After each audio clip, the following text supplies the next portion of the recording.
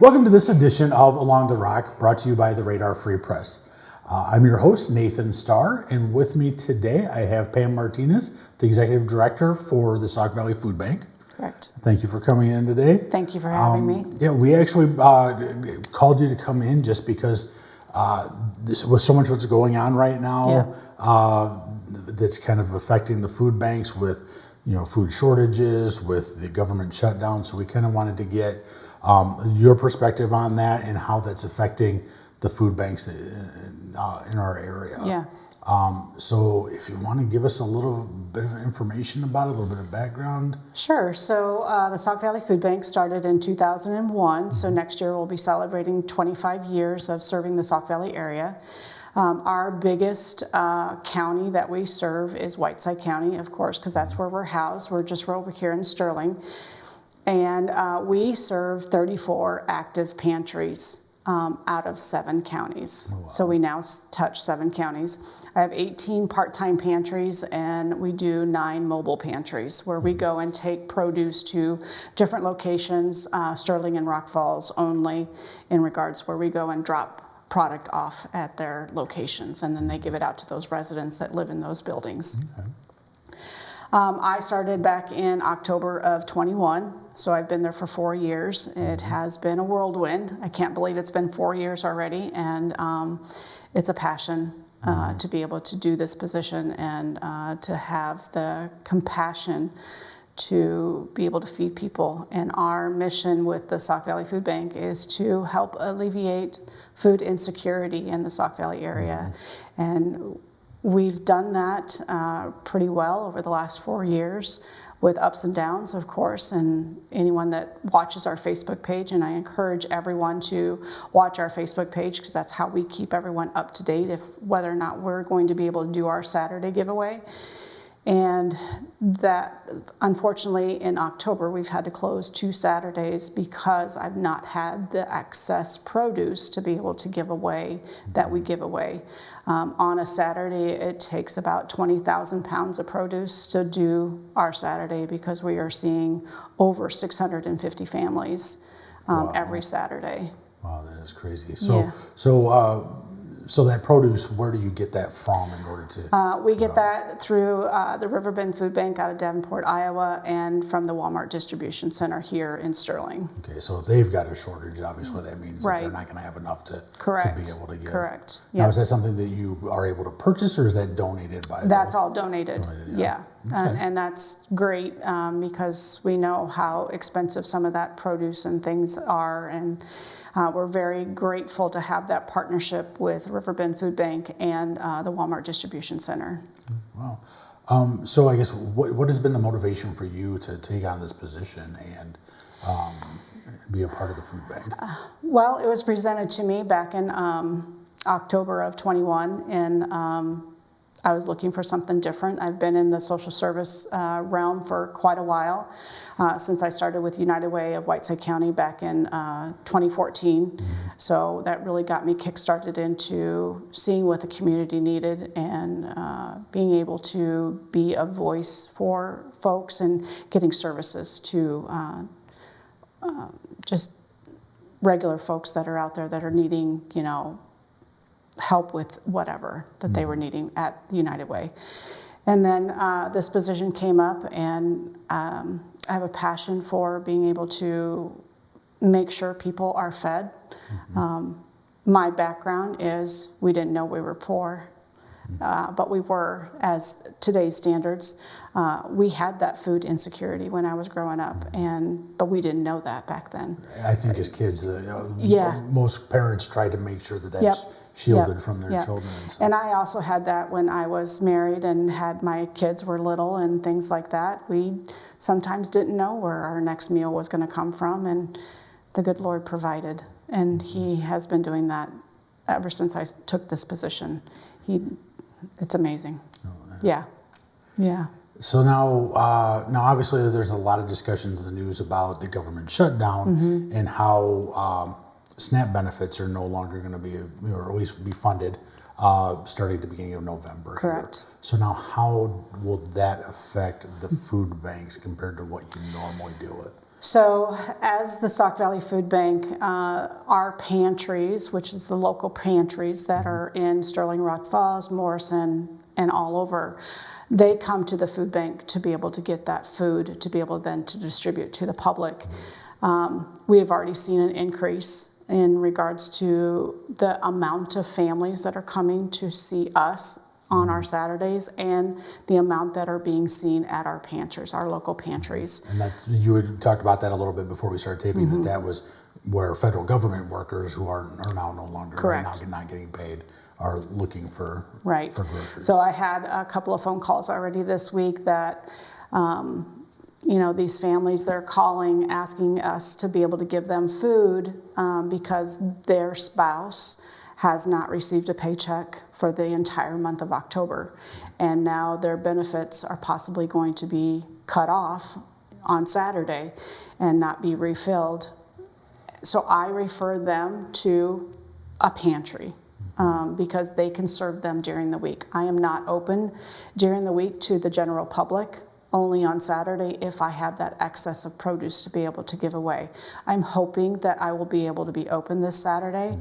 I'm working on it. So with everything I have, I'm hoping to be able to be open on Saturday to be able to give that food away.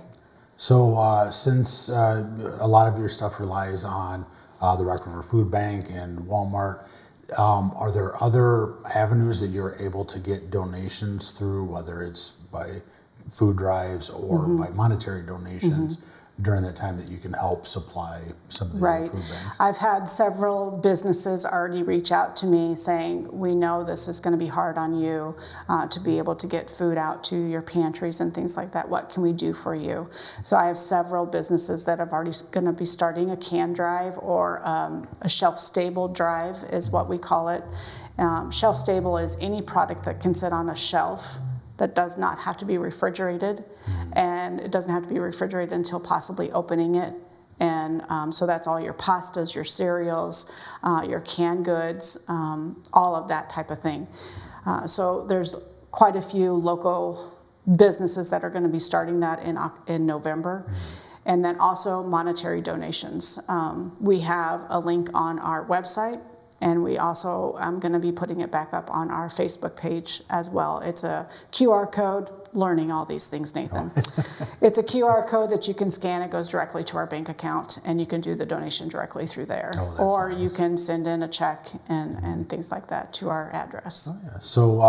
So talking about the monetary donations, how far does that go for you? I know that I overheard a conversation. We were in the same location last night, and I overheard a conversation about how much each, like pretty much $1 to count of how far you can stretch that. So every $1 that's donated to us, I can get 5 meals out of that $1. So it goes quite a ways because I have a bigger buying power, is what you call it, in regards to getting a can of corn.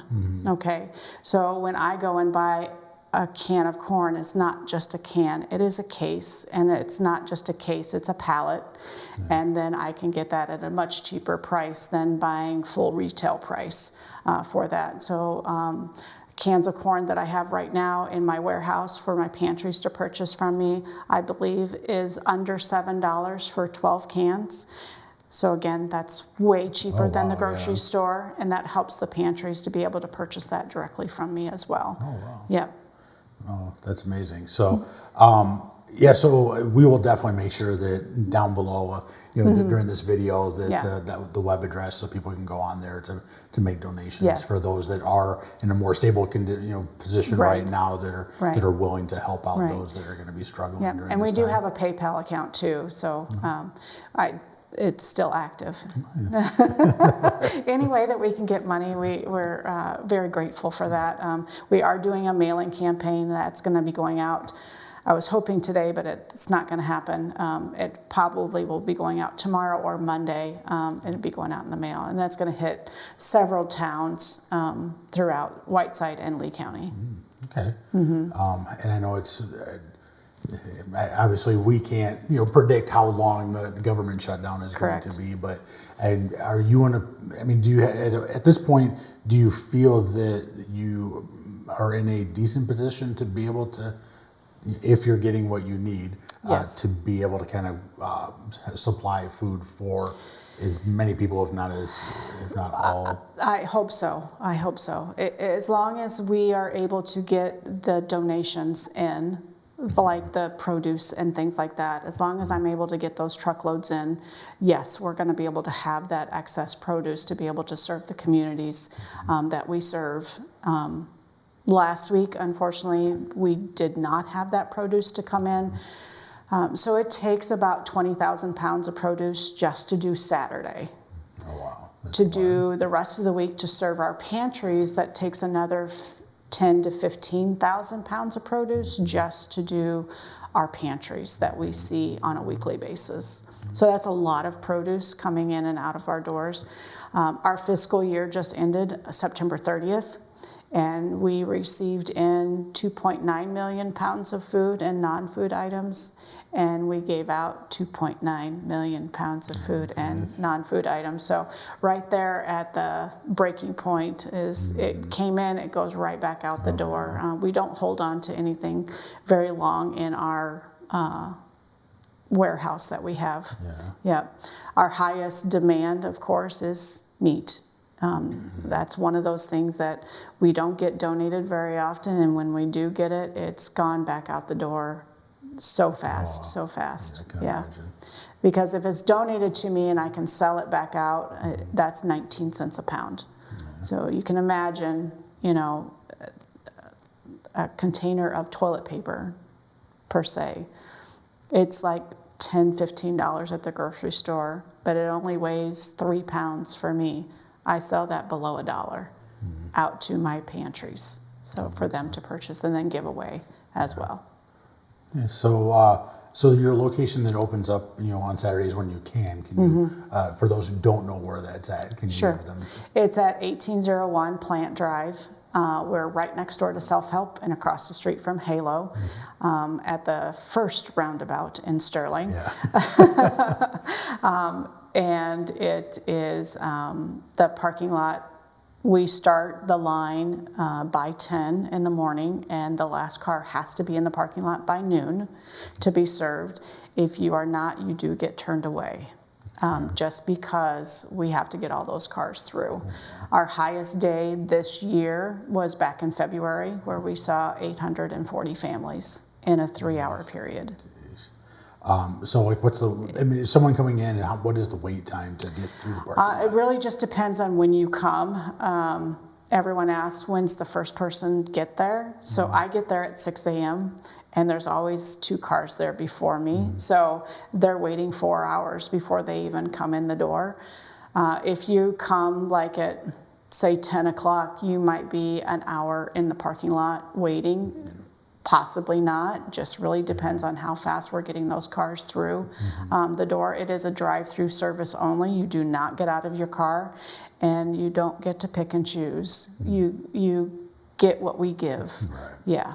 Oh, yeah. Yeah. How many cars can fit in the parking lot? I mean, I know there's a pretty long drive going up to your building. So we borrow the extra parking lot that sits out there next to our building. That is actually Halo's parking lot, and we just borrow it on Saturdays. And you can fit, I believe they counted it one time, and it is 150 cars to fit in that parking lot for one time through. And then we have filled that twice. Really? Yeah. So does it overflow onto the street, No, or we you're able to keep try everybody in there? very hard for it not to overflow onto the street.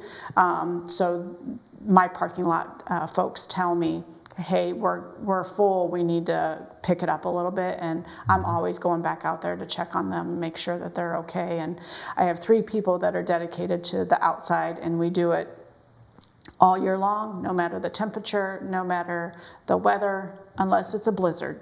That's different. We've done it in the rain. We've done it in a freak thunderstorm one time, and I went out and made sure that everyone was okay, and they were all good.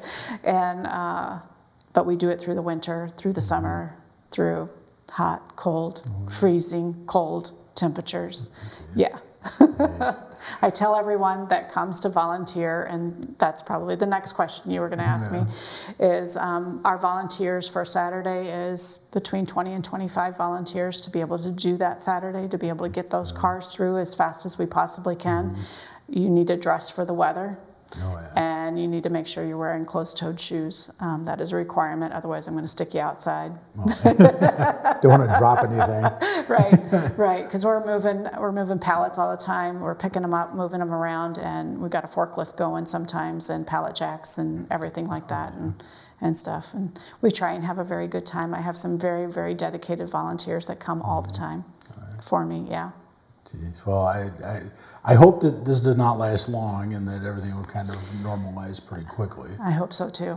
Yeah. But yeah, so hopefully anyone that is looking for assistance now, if you're watching this, you have a little more information on where to go, and if you're interested in helping out, donating, please do that as well if you have that opportunity to help those that are in need right now. So. Yeah. Thank you very much. I appreciate it. Pam, thank you for coming in. I know this was kind of a last minute. It was. We called you yesterday, and you were, and I know we're planning on getting this out as quickly as possible. Yeah. So well, thank you very much for having me in again for the second time, and it's a passion to be able to do what we do at the food bank, and it's just me full time, and I have 8 part-time staff.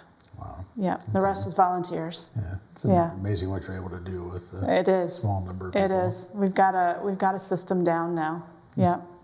All right. Well, thank you again. Yep. Thank you. And I also want to thank not only our production crew but our viewers. Remember that the Radar Free Press is free, and so we do rely on likes, shares, comments, and subscriptions to keep us thriving. And if you'd like to watch more videos like this, visit us on theradar.online.